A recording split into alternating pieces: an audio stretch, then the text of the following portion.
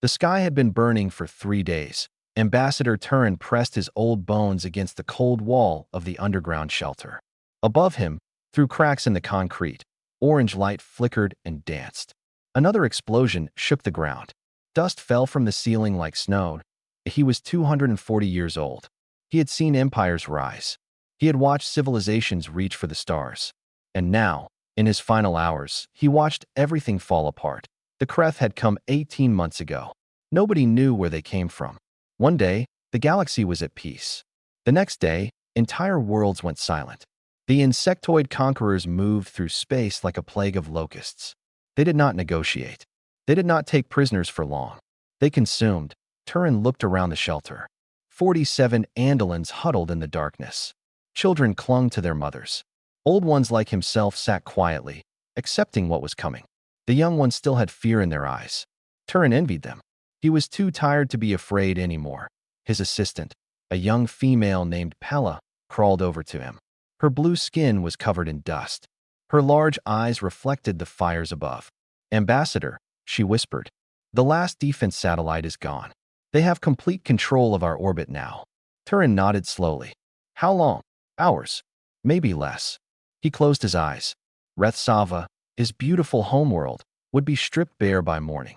The Kreth would take everything. The metals, the water, the people. His species would become food and raw material for the endless war machine. 12 civilizations had already fallen. The Kellics with their beautiful crystal cities. The Morani and their ancient songs. The Veth who had mastered medicine that could cure any disease. All gone. Eaten. Forgotten. The Galactic Coalition had tried to fight. They gathered their fleets. They made brave speeches. Then the Kreth revealed weapons that could make stars explode. 3 systems died in one day. After that, there was no more coalition. Just running. Just hiding. Just waiting to die. Turin pulled out a small device from his robe. It was a communication unit, old but powerful. He had been saving it for a moment like this. "What are you doing?" Pella asked. "Something foolish," he said. "Something hopeless." He activated the device and began to speak. "This message goes to the quarantine sector, to the 3rd planet of the yellow star, to the species called humans." Pella grabbed his arm. "Ambassador, no. They are primitives. They were marked off limits 200 years ago. They cannot help us." "Nobody can help us," Turin said calmly. "But perhaps they can help those who come after us." He continued recording. "I am Ambassador Turin of the Andolan people. By the time you receive this message, my world will be gone. The Kreth Dominion has conquered most of the galaxy. They cannot be stopped. They cannot be reasoned with. They consume all life they encounter." He paused, gathering his thoughts. "We marked your world as primitive and left you alone. Perhaps that was a mistake. Perhaps you have grown since we last looked. Perhaps you have not. But I send this message because I have no other hope left to give." Another explosion shook the shelter. Screams echoed from somewhere above. The Kreth had begun landing troops. The coordinates of Kreth-controlled space are attached. So are the locations of surviving refugee populations. If you are what the old reports said you might become, if your species has any strength to offer, then I beg you to use it. Pella was crying now. "They will never come. They are too far away. Too primitive. Too weak." Turin smiled sadly. "The old scout reports said something interesting about humans. They said humans were dangerous not because of their technology. They were dangerous because they never gave up. They fought when fighting was hopeless. They helped strangers for no logical reason. The scouts recommended we never contact them." He finished his message. "I do not know if you will receive this. I do not know if you will care. But if there is any mercy in this universe, if there is any justice left among the stars, then perhaps you will come. Perhaps you will remember that the galaxy once had life worth saving." He pressed send. The ceiling above them cracked. Kreth's soldiers poured through, their black shells gleaming in the firelight.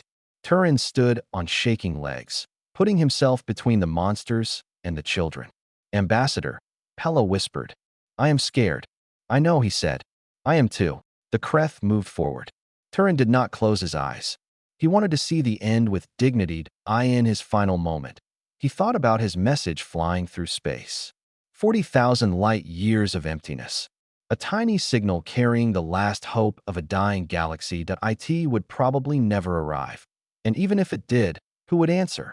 Far away, In a region of space marked with warning beacons, a small blue planet turned slowly around its yellow star. On that planet, in a building called the United Nations Space Command, a young communications officer frowned at her screen. "Sir," she said to her supervisor, "we are receiving something strange. It is coming from outside the local cluster." "What kind of signal?" She listened for a moment, her face growing pale. "It sounds like a distress call. Someone is asking for help." 3 weeks later, something left Earth's orbit. A single warship, long and gray and built for war. It pointed toward the stars where the signal had come from, and it began to move. Warlord Sketh had conquered 11 civilizations. He had burned 100 worlds. He had watched species beg for mercy and received none. In 200 years of war, nothing had ever surprised him, until today that he stood in the command center of his station above Tellus 7. Below him floated the wreckage of an alien fleet.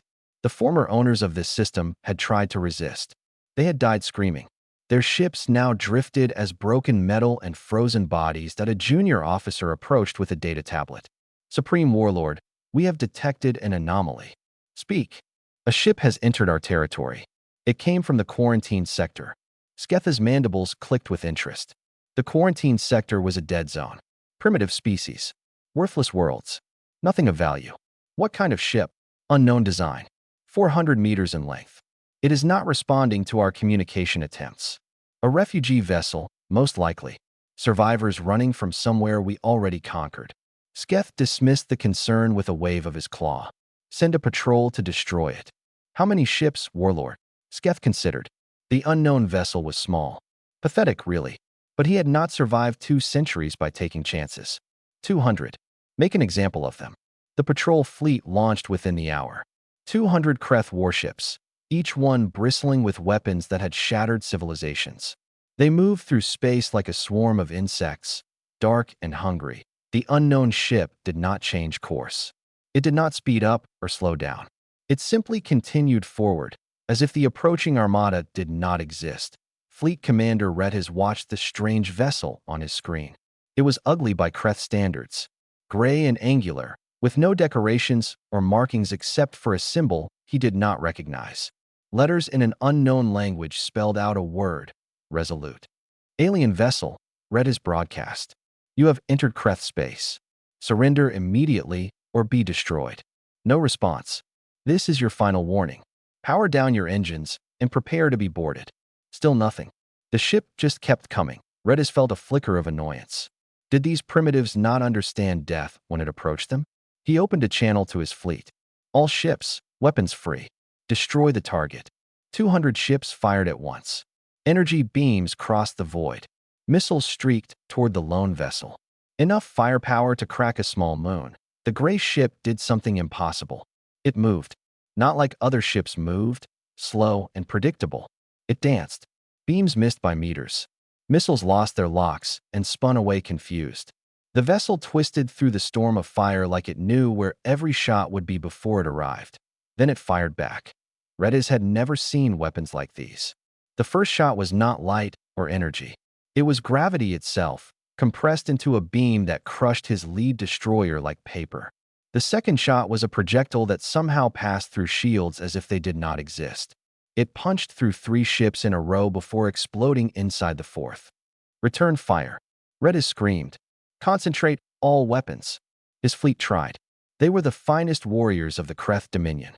They had perfect formation, perfect discipline, perfect hatred. It did not matter. The gray ship moved through them like a predator through prey. Every shot it fired killed something. Every move it made was exactly right. Redis watched his fleet die around him. 50 ships gone in the first minute. 100 in the second. "What is that thing?" someone whispered on the bridge. Redis had no answer. He had fought the Kellics and their crystal weapons. He had destroyed the Morani with their sonic cannons.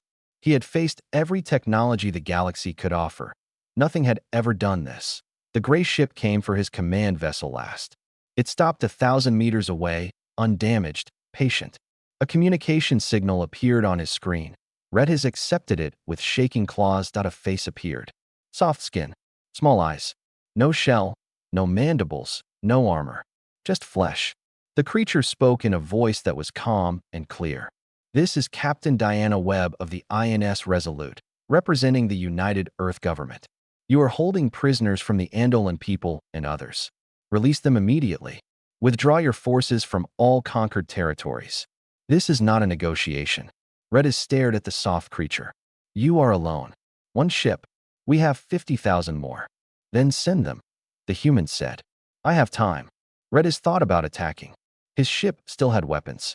But something in the creature's eyes stopped him. There was no fear there. No hesitation. Just cold, patient certainty. Who are you? He asked. We received a message. Someone asked for help. So we came. You crossed 40,000 light years for strangers. The human tilted her head, as if the question confused her. Yes. Is that strange? Redis felt his blood turn cold. He finally understood what he was facing. Not a refugee. Not a lost vessel. A predator. Something that hunted across the void not for food or territory, but because someone, somewhere, was in pain. Warlord Sketh will destroy you, he said. You have no idea what you face. Then he should come find out. The human ended the transmission. Her ship turned toward the inner systems. Toward Rethsava. Toward the heart of Kreth territory. Redis watched it go. Then he sent a message to his warlord. His hands were still shaking. When Sketh received the report, when he saw the footage of 200 ships dying in 11 minutes, he felt something he had not experienced in 2 centuries. He did not recognize it at first. It was old and unfamiliar, buried deep beneath years of conquest, fear. The humans were coming, and they did not seem to care about the odds. Sela had stopped counting the days. In the holding pen, time meant nothing. There was only waiting. Waiting to be processed. Waiting to be consumed. Waiting to die. She was 17 years old. Before the Kreth came, she had been studying music at the academy in the capital. She had dreamed of becoming a singer. Now she sat in the mud, holding her dying grandmother's hand, and dreamed of nothing at all. The holding pen was a massive pit dug into the ground where the central gardens used to be. Thousands of Andolans crowded together. The Kreth had put up energy barriers around the edges. Guards patrolled above, their black shells clicking as they walked. Every few hours, the guards would come down and take people away. Nobody who left ever came back. Sela tried not to think about what happened to them. Her grandmother, Mira, coughed weakly. She had been sick before the invasion. Now, without medicine, she was fading. Her blue skin had turned gray. Her breathing came in short, painful gasps. Sela, Mira whispered, you should save your strength. Do not waste it on an old woman. Hush. Sela squeezed her hand. I am not leaving you. I have lived long enough. You are young. You might survive this. Nobody survives this. Mira smiled sadly. Perhaps not. But I like to pretend. A rumble shook the ground. Sela looked up. Another Kreth ship moving overhead, probably. They came and went constantly, loading resources and prisoners for transport. But this sound was different. It was louder. Closer. Wrong. The Kreth guards stopped patrolling. They looked up at the sky. Their movements became confused, uncertain. Sela had never seen them uncertain before. Then the sky split open. A gray ship dropped through the clouds like a falling stone. Fire blazed around its hull. Kreth defense platforms tried to shoot it down, but the ship twisted and dodged, returning fire with weapons that made no sound but left destruction in their wake. What is that? Someone shouted. Nobody knew. It was not Andolan. It was not Kelix or Morani or any species Sela recognized. It was something new. The ship landed hard at the edge of the holding pen. The impact threw guards off their feet. The energy barriers flickered and died. And then the side of the ship opened, and monsters came out. No, not monsters. Something else. They were tall, covered in gray armor that made them look like walking machines. They carried weapons that barked with thunder. They moved fast, faster than anything that size should move, and everywhere they went, Kreth died. The guards tried to fight. They were elite warriors of the Dominion. They had conquered worlds that it did not matter. The armored creatures tore through them like wine through leaves. One creature picked up a Kreth guard and threw it 30 meters into a wall. Another used a blade to cut through 3 enemies in a single swing. Sela pulled her grandmother close, trying to shield her from the chaos. All around them, Andolans screamed and ran. The armored creatures did not chase them. They seemed focused entirely on the Kreth point. One of the creatures approached Sela. It was huge, at least 2 meters tall. Its armor was scarred and dented. It stopped in front of her, and she was certain she was about to die. Then it did something strange. It reached up and removed its helmet. Beneath the armor was a face. Soft, like the creatures she had seen in old databases. No shell, no scales, just smooth skin, two small eyes, and a mouth that curved upward in an expression she did not understand. "Hey," the creature said. Its voice was deep but gentle. "Are you hurt?" Sella could not speak. She just stared. "My name is Paul," the creature said. "Sergeant Paul Hendricks. We came to help." "Help?" Sella finally managed. "Who are you?" "Human. We got a message. Someone named Turin. He asked for help. Ambassador Turin is dead. He died when the Kreth took the capital." The human's face changed. Something sad moved across it. "I am sorry. We came as fast as we could." "What?" Sella did not understand. "We are strangers. We are nothing to you. Why would you come here?" Paul looked at her like she had asked why water was wet. "Because you needed help." More humans were moving through the holding pen now. They carried medical supplies. They helped the wounded. They gave water to the thirsty. One of them knelt beside Mira and began treating her with strange devices. "Your grandmother will be okay," Paul said. "Our doctors are good." Sella felt tears running down her face. She did not know when she had started crying. "I do not understand. You are risking your lives for people you have never met. You are dying for us." "Some of us, yes." "Why? What do you gain?" Paul put his helmet back on. More Kreth reinforcements were coming. He raised his weapon and checked its ammunition. "We do not do this to gain anything. We do this because it is right." He ran toward the approaching enemy. Other humans joined him. They formed a line between the Kreth and the refugees. They did not retreat. They did not hesitate. Sella watched them fight. Watched them bleed. Watched some of them fall and not get back up. And she finally understood. These creatures, these humans, they were not fighting because they had to. They were fighting because they could not watch suffering and do nothing. It was the strangest thing she had ever seen, and the most beautiful. Deep beneath the Kreth throne world, something ancient stirred. The Overmind had slept for 300 years. It did not need to be awake. The Empire ran itself. Warlords conquered. Workers processed. Soldiers killed. Everything worked exactly as designed. But now something was wrong. The Overmind felt it through the pheromone networks that connected every Kreth in the galaxy. A disturbance. A wound. A threat. It opened its great eye. The Overmind was not a single creature.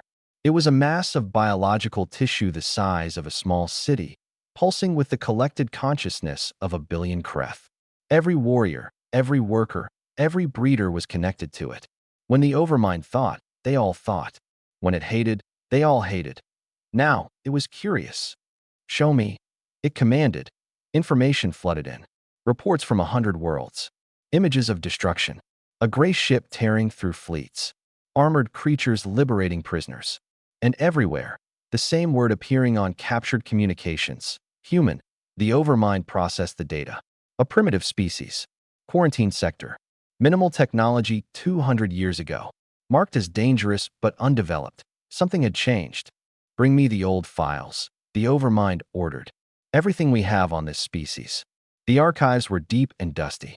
500 years ago, a Kreth scouting party had visited the human homeworld. They had observed from orbit, studied the creatures below, and made their report. The Overmind read it with growing unease. The humans lived on a nightmare planet. Gravity that crushed bones.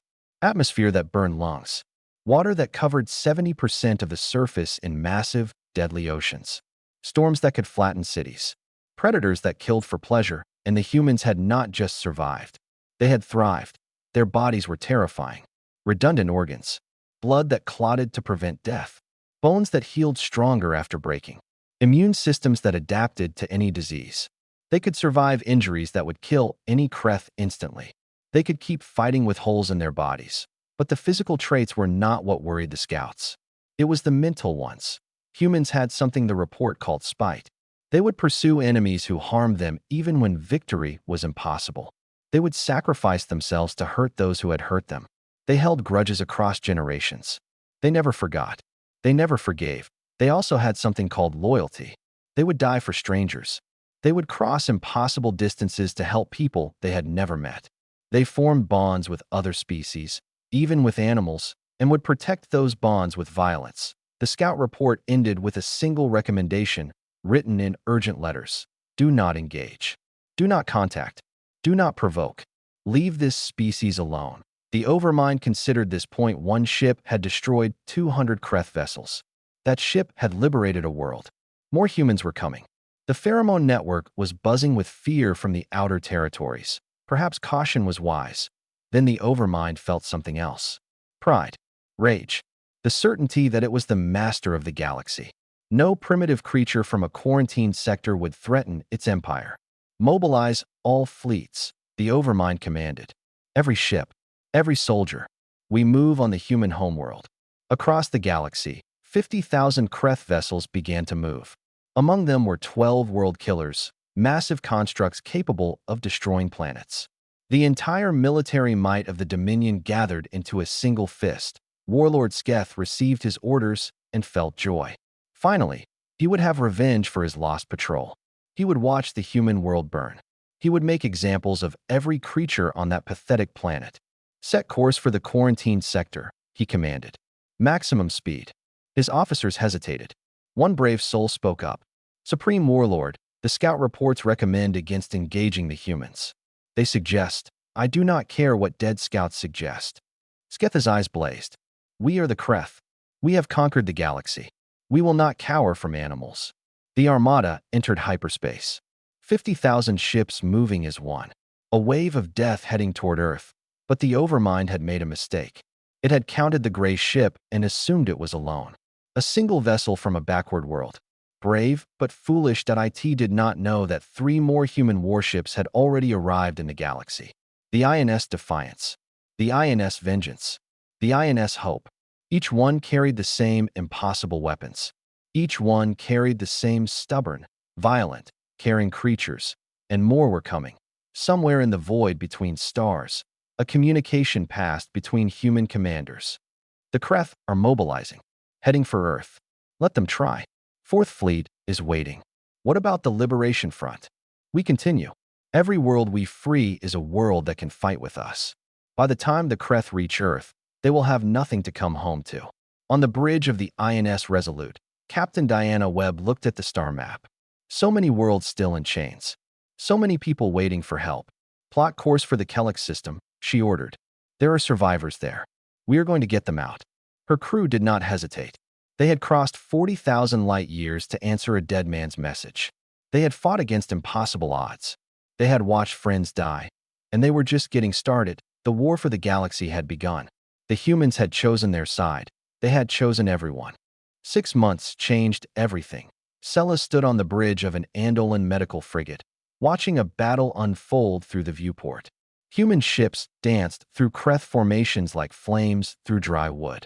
Energy beams crossed the void. Explosions bloomed in silent bursts of light.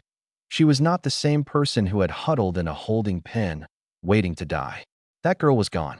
In her place stood a liaison officer, a bridge between species, someone who understood both the gentle Andolans and the terrifying, wonderful humans. Medical teams ready, she reported to the human admiral on the command channel. We will recover survivors from any damaged vessels. Admiral Rebecca Foster's voice came back, calm and steady. Good. Stay behind the line until we clear the Kreth carriers. This will be over soon. It was always over soon when humans fought.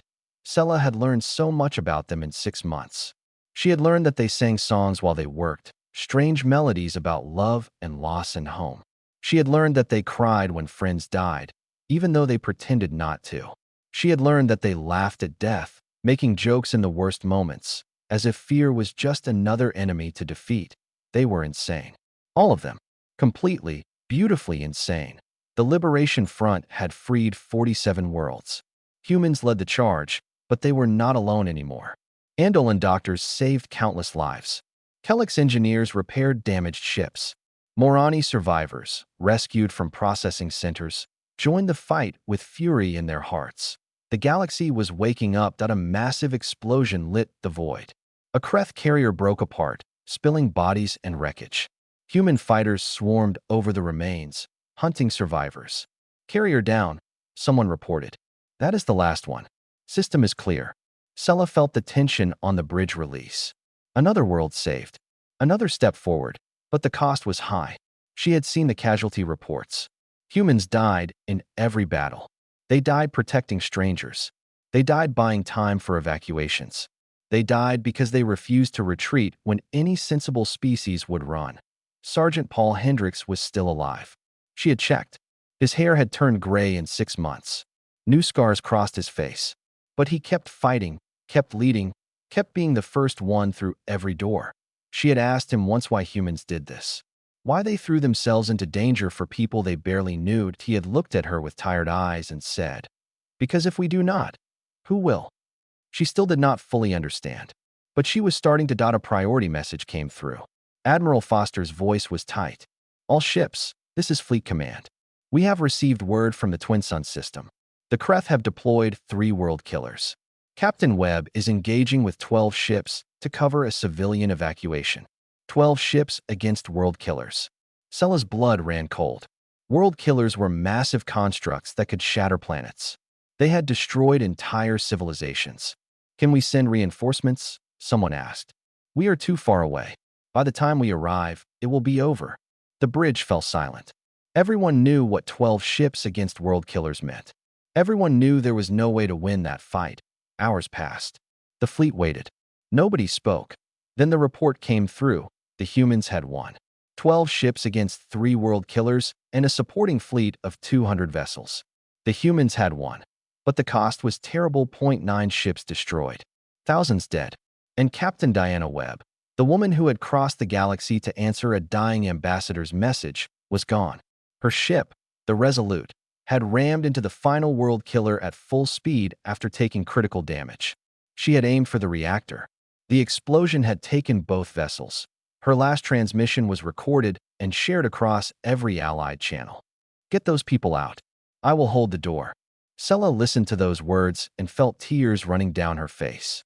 She had never met Captain Webb, but she knew her. Everyone knew her. The woman who came from 40,000 light years away because someone asked for help. That night, the survivors of the Battle of the Twin Suns held a ceremony. Humans did that after their people died. They gathered together, spoke about the fallen, and shared something called stories. Sella attended. She listened to humans talk about Diana Webb, how she had been strict but fair, how she had learned every crew member's name, how she had never asked anyone to do something she would not do herself. When it was over, she found Sergeant Hendricks sitting alone, staring at the stars. "She was your captain," Sella said softly. "She was my friend. I am sorry." He looked at her with those tired, old eyes. "Do not be sorry. Be ready. The Kreth overmind is still out there. The war is not over. Diana gave us a chance. We cannot waste it." Sella sat beside him. "Why do you keep going? You have lost so much. Your captain, your friends, your home is still far away. Why not stop?" Hendricks was quiet for a long moment. Then he said something she would never forget. "Because somewhere out there, in a holding pen or a processing center or a burning city, there is someone like you. Someone who has given up hope. Someone who thinks nobody is coming. And I need them to know that they are wrong." He stood and walked away. The next battle was in 12 hours. He needed to rest. Sella watched him go. And she finally understood. Humans were not just warriors. They were not just saviors. They were a promise. A promise that no matter how dark things got, someone would keep fighting. Someone would always come. She stood and returned to her ship. There was work to do. The war was not over. But for the first time in a year, Sella believed they could win. The final battle lasted 19 hours. Above the Kreth throne world, 700 ships clashed in the darkness of space. 200 human vessels. 500 ships from 12 liberated species. Against them stood everything the Kreth Dominion had left. Sella watched from the medical bay of her frigate as the universe burned. Human ships cut through Kreth formations with terrible precision. Andolan vessels hung back, launching rescue shuttles to retrieve survivors from damaged craft. Kellick's destroyers provided cover fire. Morani fighters swarmed around enemy carriers like angry insects. The galaxy had finally come together. Not as conquerors, not as masters, as allies. Admiral Foster's voice came through the fleet channel, calm despite the chaos. "All ships, focus fire on the orbital platforms. Ground teams are ready to launch. We end this today." Sella had heard humans talk about the attack plan. Drop pods would deliver soldiers directly to the throne world's surface. They would fight through the Kreth armies, reach the central hive, and kill the Overmind. Simple. Insane. Perfectly human. The battle raged. Ships died on both sides. For every Kreth vessel destroyed, an allied ship took damage. But the humans never stopped pushing forward. They never considered retreat. When human ships were too damaged to fight, their crews broadcast final messages. Not distress calls, not surrender requests. Encouragements. Words of hope for their allies. Songs from their distant homeworld. Point one captain, her ship breaking apart around her, sent a single transmission. Tell my daughter I loved her. And tell the Kreth we are not finished yet. Then she rammed her crippled destroyer into a Kreth command vessel. Sela could not understand it. Dying for strangers was one thing. Dying while laughing, while singing, while telling jokes about the enemy. That was something else entirely. Hours passed. The Kreth lines began to break. Their coordination faltered as the Overmind tried to manage too many battles at once. Human commanders noticed the weakness and exploited it without mercy. Drop pods launching, someone reported. Ground assault beginning. Sela found a viewport and watched. Thousands of small objects fell toward the throne world, burning through the atmosphere like falling stars. Each one carried human soldiers. Each one was a message that we are coming. We are not stopping. We are not afraid. The ground battle was brutal. Kreth soldiers fought with mindless fury, driven by the Overmind's desperate commands. Human Marines fought with something worse. Purpose. Conviction. The absolute certainty that they were right. Sergeant Hendricks was among the first through the hive entrance. Sela knew because he kept his communication channel open. She heard him shouting orders, heard gunfire and explosions, heard men and women dying. She also heard them joking. Even now, even in the heart of the enemy's stronghold. Hey Hendricks, someone called out. How many bugs is that for you? Lost count after 50. You, 63. I think I am winning. Focus on the mission. You can brag when we are done. They pushed forward, room by room, level by level. The Kreth threw everything at them. It was not enough. The Overmind waited in the deepest chamber. A massive thing, pulsing with alien life, connected to every Kreth in the galaxy through networks of pheromone and thought. It had ruled for 1,000 years. It had consumed countless species. It had never known fear. Until today, when Hendricks and his team breached the final door, the Overmind tried to negotiate. Stop, it commanded. I will release all prisoners. I will withdraw from conquered territories. I will give you anything you want. Just stop. Hendricks looked at the ancient creature. This monster had killed billions. It had eaten civilizations. It had reduced the galaxy to ruins for its own endless hunger. Sorry, he said. We do not make deals with people who eat others. The Overmind died screaming. Without it, the Kreth across the galaxy fell silent. The pheromone networks went dark. Soldiers stopped fighting, confused and lost without the voice in their heads. The war was over. In the aftermath, humans did something that shocked everyone. They helped the Kreth survivors, not the Overmind's elite warriors. Those were imprisoned for trial. But the workers and drones, the creatures who had only followed orders because they had no choice, were given freedom. The humans broke the pheromone conditioning, offered food and shelter, and gave them a chance to live differently. They were slaves too, Hendricks explained when Sela asked. They did not choose to be monsters. The Overmind made them that way. Sela shook her head in wonder. You just fought a war against them. They killed your friends. And you want to save them? That is what we do. 1 year later, Sela stood on the rebuilt surface of Rethsava. Grass grew again. Trees bloomed.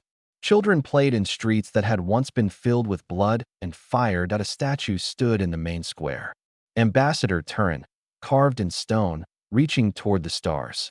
The message he had sent was inscribed on the base. If there is any mercy in this universe, perhaps you will come. Humans had come from everywhere to help rebuild. Engineers, doctors, teachers. They asked nothing in return. They just wanted to help. A young human boy tugged on Sela's sleeve. He was maybe 8 years old, the son of an engineer working nearby. Excuse me, he said politely. Why did you build a statue for someone who died before we got here? Sela knelt to his level. She looked into his curious eyes, so like the eyes of the soldiers who had saved her, and she smiled. Because he believed you would come. And he was right. The boy considered this seriously. Then he nodded and ran off to play with some Andolan children. Sela stood, and looked up at the stars. They were different now. Not cold and empty and dying. Alive. Full of possibility. Full of hope. The galaxy was no longer in ruins, that it was simply waiting to grow. And somewhere out there, aboard 100 ships flying through the endless dark, humans kept watch. Kept helping. Kept fighting for people they would never meet. Because that was what they did. That was who they were, and the galaxy would never forget it.